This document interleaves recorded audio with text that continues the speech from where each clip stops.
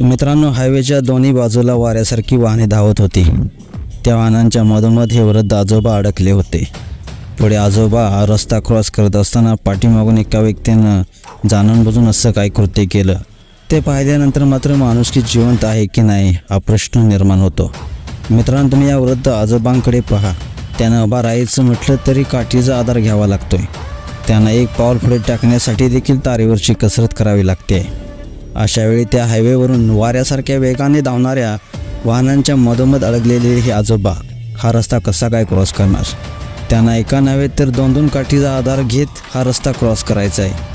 वयोमानानुसार या आजोबांना शरीर साथ देईन, त्यांचे शरीर त्या काठीच्या आधारावर अवलंबून आहे। अशावेळी पाठीमागून अतिदक्षता विभागातील एक गाडी येते आणि बरोबर त्या आजोबांच्या समोर म्हणजेच रस्त्याच्या मधोमध ही गाडी आडवी उभी राहते।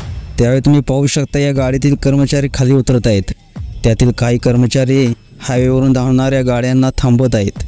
तसेच त्यातील एक कर्मचारी त्या वृद्ध आजोबांचे हात पकडून त्यांना रस्ता ओलांडण्यासाठी मदत करतो आहे।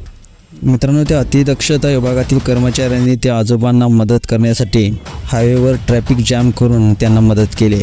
या कर्मचाऱ्यांनी वाऱ्यासारख्या वेगाने धावणाऱ्या गाड्यांना थांबवलं आहे फक्त त्या आजोबांना मदत करण्यासाठी।